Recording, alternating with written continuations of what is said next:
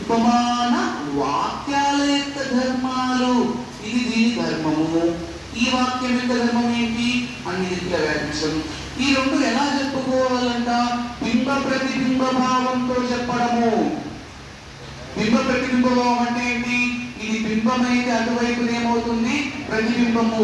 రాజు యొక్క లక్షణాలు చంద్రుడు చూసుకుంటా ఉన్నాడు.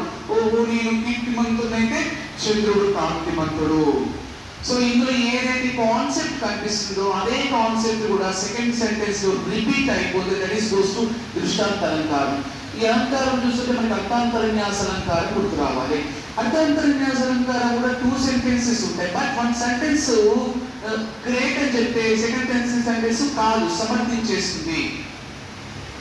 నేను అది ఎందుకు చెప్తున్నానంటే, ఎప్పుడైతే దానికి దగ్గరగా ఉన్న సంబంధం ఉన్న అంశాన్ని దగ్గర తీసుకోవాలి. ఎప్పుడైనా ఇది నేర్చుకున్నప్పుడు అది గుర్తు రావాలి ఆటోమేటిక్గా.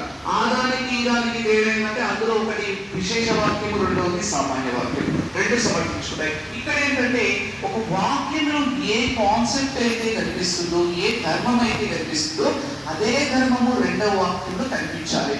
రాజు యొక్క లక్షణాలు ఎందులో చూసుకుంటున్నారు? చంద్రులో చూసుకుంటున్నారు. మీరు ఉన్నారండి, మీరు ఫర్ ఎగ్జాంపుల్ మ్యారేజ్ అయిన వాళ్ళు కానీ ఎవరైనా ఉండొచ్చు. మీరు ఏదో డాక్టర్ ఏదో ఆఫీసర్ అవ్వాలనుకున్నారు, అవ్వలేకపోయారు అనుకోండి. మీ చెల్లెలు కానీ ఎవరైనా అయ్యారనుకోండి, మీరు గర్వంగా చెప్తారు మా సిస్టర్ డాక్టర్, మా సిస్టర్ ఇంజనీరింగ్ చెప్పుకుంటారు. ఒకవేళ మీకు మ్యారేజ్ అయిన పిల్లలు ఎవరు ఉన్నారు, సెకండ్ క్లాస్ థర్డ్ క్లాస్ పోరాడు అనుకో, వాడు ఏదైనా ప్రైజ్ కొడితే అది నువ్వు కొట్టినట్టు ఫీల్ అయిపోతావు.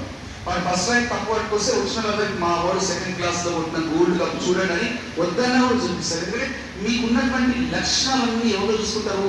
పిల్లలు చూసుకుంటారు. మీ పేరెంట్స్ మీలో చూసుకుంటారు. ఇప్పుడు మీరందరూ రామయ్యకి వచ్చారండి, హైదరాబాద్ ఎక్కడి నుంచో వచ్చారు, ఎంతో కష్టపడి వచ్చారు 100%. మీ పేరెంట్స్ అందరూ ఏం చెప్పుకుంటారు? ఊళ్ళలో మీకు వచ్చినప్పుడల్లా అడుగుతూ ఉంటారు, ఏమైనా మీ అమ్మాయి కనిపిస్తారంటే మా అమ్మాయి కోచింగ్కి వెళ్ళిందని చెప్పుకుంటారు. దేనికోసం అంటే గవర్నమెంట్ జాబ్. అంటే వాళ్ళు ఏమంటారు?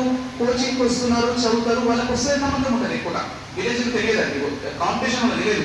కోచింగ్ వెళ్ళంటే జాబ్ కన్ఫర్మ్ ఫిక్స్ అయింది, అసలైన వ్యవహారం అంటే ఇంటికి వచ్చాక మనకు తెలుస్తుంది.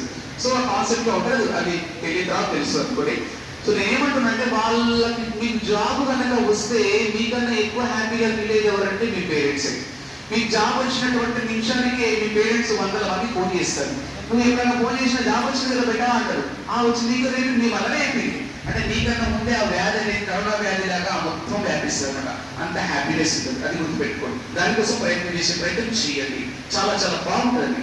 జాబ్ వచ్చేటువంటి ఫీలింగ్స్ అనేవి లైఫ్ లో చాలా అద్భుతంగా ఉంటాయి. ఆ రోజు ఆ క్షణం అనేది చాలా తర్వాత ఎట్లా ఉంటుందో పక్కన పెట్టి, కానీ ఆ డే మాత్రం సూపర్ గా ఉంటుంది. సో దానికోసం వెయిట్ చేయండి. ఇది ఏ అలంకారం అండి? దృష్టాంత అలంకారం. సింపుల్ అండి. ఒక కాన్సెప్ట్, ఒక